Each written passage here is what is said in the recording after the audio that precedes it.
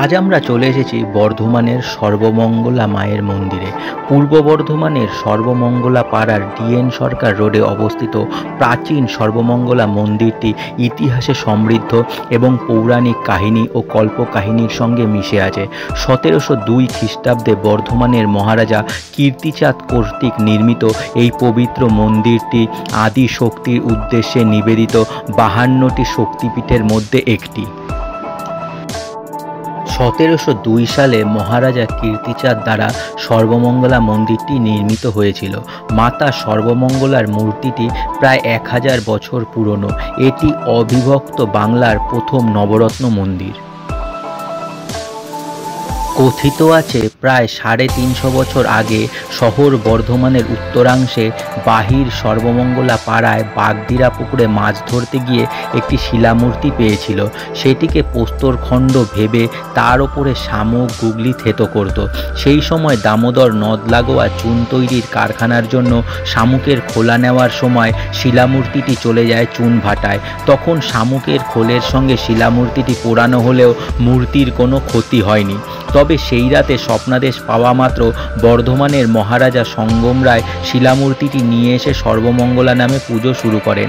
পরবর্তীকালে 1702 সালে টেরাকোটার নিপুণ কারুকার্য খচিত সর্বমঙ্গলা মন্দির নির্মাণ করেন মহারাজা ধীরাজ কীর্তিচাঁদ মহতাব। ক্রমে মূল মন্দিরের আশেপাশে গড়ে ওঠে নাট মন্দির, শ্বেত পাথরের তৈরি রামেশ্বর ও বানেশ্বর নামে দুটো শিব মন্দির। কালো পাথরে তৈরি হয় মিত্রেশ্বর, চন্দ্রেশ্বর ও ইন্দ্রেশ্বর নামে আরও 3টি শিব মন্দির। বর্ধমানের অধিষ্ঠাত্রী দেবী সর্বমঙ্গলা, তিনি বাংলার লৌকিক দেবতাও বটে। তিনি পূর্ব বর্ধমান জেলার সর্বমঙ্গলা মন্দিরে পূজিত হন। এই মন্দিরটিকে অনেকে শক্তিপীঠ বলেন। এই মতে এখানে দেবীর নাভি পড়েছিল।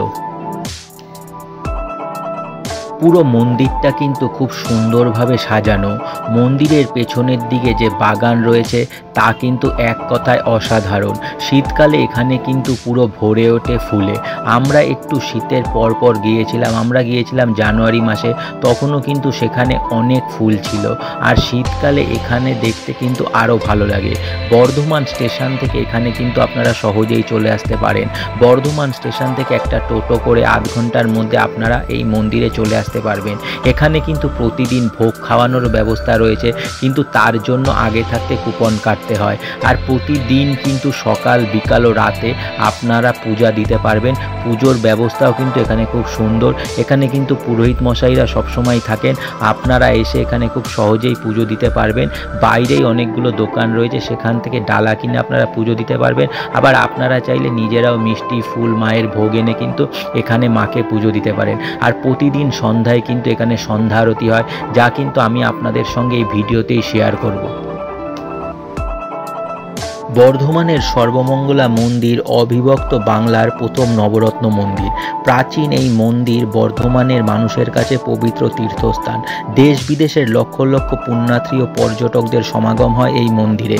মন্দিরের ঐতিহাসিক গুরুত্বের কথা ভেবে প্রাচীন এই মন্দিরকে পর্যটন কেন্দ্র হিসাবে গড়ে তোলা হচ্ছে। এখানে সর্বমঙ্গলা দেবীর মূর্তি, কোষ্ঠী পাথরের অষ্টাদশভুজা সিংহবাহিনী, মহিষমর্দিনী, মহিলক্ষ্মী রূপিণী। অনেকে কিন্তু এখানে একে 52 শক্তিপীঠের একটি পীঠও বলা হয়ে থাকে যে এখানেই দেবীর নাভি পড়েছিল। দেবী এখানে সর্বমঙ্গলা ও ভৈরব শিব মহাদেবের একটি রূপ। সর্বমঙ্গলা মন্দিরের নিত্য পুজো ও ধারাবাহিকতা বজায় রাখতে রাজবংশের শেষ যুবরাজ উদয়চাঁদ মহতাব ট্রাস্ট কমিটি গঠন করেন। তার পুজো প্রায় 350 বছরেরও বেশি পুরনো। সর্বমঙ্গলার ঘট প্রতিষ্ঠার মধ্য দিয়ে শারদোৎসবের আনুষ্ঠানিক সূচনা করা হয়ে থাকে পূর্ব বর্ধমানে। কুমারী পূজাও এখানে হয়।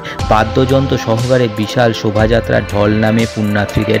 দেবী সর্বমঙ্গলার ঘটপূর্ণ জল নিয়ে ঘোড়ার গাড়ি নানান পথ দিয়ে পরিক্রমা করেন। শোভাযাত্রা সর্বমঙ্গলা মন্দিরে এসে পৌঁছতেই বাদ্যযন্ত্র, শাঁখ, ঘণ্টা, কাশি ও উলুধ্বনির মধ্যে দুর্গাপূজার ঘট প্রতিষ্ঠা করা হয়।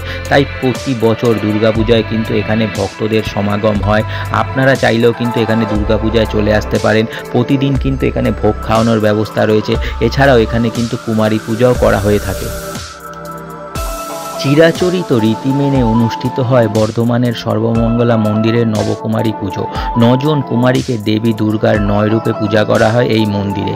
13 বছর পর্যন্ত বয়স্ক নাবালিকাদের দেবী দুর্গার বিভিন্ন রূপে পূজা করার নিয়ম সর্বমঙ্গলা মন্দিরে। দেবী এখানে অষ্টাদশ পূজা, বয়সের প্রকারভেদ অনুসারে উমা, মালিনী, কুজ্জিকা, সুবাগা, কাল সন্ধর্বা সহ দেবীর 9টি রূপে এখানে কুমারী বালিকাদের পূজা করার চল রয়েছে। পূজার দিনগুলোয় ঐতিহ্য মেনে অক্ষরে অক্ষরে মানা হয় সেই রাজপরিবারের রীতিনীতি। নিয়ম নিষ্ঠায় কোনো নড়চড় হয় না। নবকুমারী পূজা দেখতে প্রত্যেক বছর সর্বমঙ্গলা মন্দিরে প্রচুর মানুষের সমাগম হয়। এখানে কিন্তু বিয়ে দেওয়ারও ব্যবস্থা রয়েছে। এই যে দেখুন, এখানে কিন্তু বিয়ে অনুষ্ঠিত হবে। আপনারা আগে থাকতে এখানে যোগাযোগ করতে পারেন, আর এখানে এসে কিন্তু মায়ের সামনে আপনারা নিজেদের সন্তান সন্ততিদের বিয়ে দিতে পারেন। আর এই হলো বর্ধমানের সেই সর্বমঙ্গলা মন্দিরের সেই শিব ঠাকুরের মূর্তি। এখানে কিন্তু 5টা শিব মন্দির রয়েছে। 3টে মন্দিরের মধ্যেই অবস্থিত, আর 2টি কিন্তু বাইরে রয়েছে। সেই 2টি মন্দির কিন্তু এখন বন্ধ। এই 3টি মন্দিরই এখন সবসময় খোলা থাকে। এই 3টি শিব মন্দিরের নাম হলো মিত্রেশ্বর, চন্দেশ্বর ও ইন্দেশ্বর। এছাড়াও 2টি শিব মন্দির কিন্তু বাইরে রয়েছে, যার নাম রামেশ্বর ও বানেশ্বর। প্রতিদিন সন্ধ্যায় এখানে সন্ধ্যা আরতি কিন্তু অনুষ্ঠিত হয়। এবার দেখে নেওয়া যাক সেই সন্ধ্যা আরতি।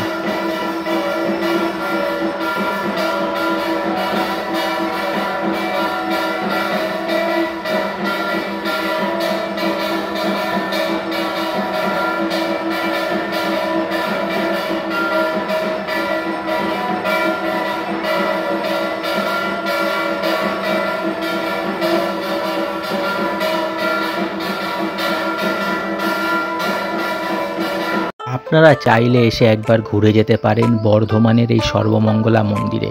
বর্ধমান স্টেশন থেকে টোটো নিয়ে কিন্তু সহজেই আপনারা চলে আসতে পারবেন এই সর্বমঙ্গলা মন্দিরে। এখানে আপনারা এসে ভোগও খেতে পারেন।